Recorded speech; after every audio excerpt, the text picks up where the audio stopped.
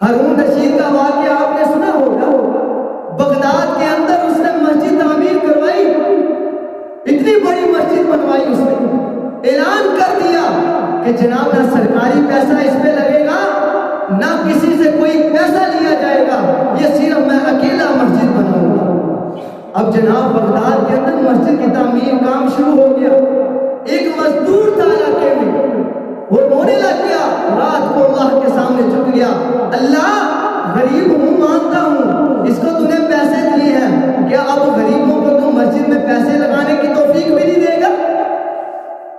اور دعائیں کی، وہ حلال کمائی جو بچوں کو کھلاتا تھا، وہی حلال کمائی ایک دن جناب وہ آیا، اس نے دیکھا کہ باہر مسجد کی اینٹیں پڑی ہوئی ہیں، اس نے اینٹیں خریدی، رات کو جس وقت کوئی نہیں دیکھتا تھا، صرف اللہ کی ذات دیکھتی تھی، اس نے اینٹوں کے ساتھ اینٹیں رکھ دی، چلا گیا، مسجد تعمیر ہوئی۔ ہارون رشید کو، وہ بادشاہ تھا، نیک بندہ تھا، خواب آیا، کیا دیکھتا ہے؟ اللہ نے ایک اس کا محل بنایا، اس کے سامنے اس مزدور کا بھی محل بنایا ہوا ہے۔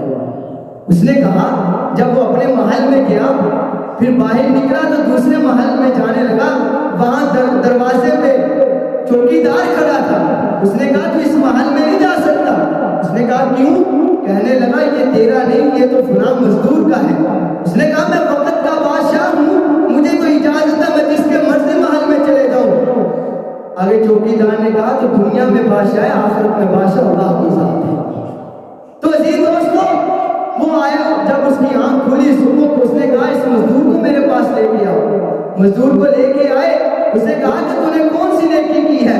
کہنے لگا میں نے نیکی تو کوئی نہیں کی، صبح سے شام کمائی کرتا ہوں، بچوں کو کھلاتا ہوں، صرف ایک نیکی کی ہے، تو نے اعلان کیا تھا کہ میں مسجد کے لیے کسی سے پیسے نہیں لوں گا، میں اکیلا مسجد بناؤں گا، میں نے رات کو جس وقت کوئی نہیں دیکھ سکتا تھا، میں نے تیری اینٹوں کے ساتھ اینٹیں رکھ دی تھی، اللہ کو وہی میری نیکی جو ہے وہ قبول ہو گئی۔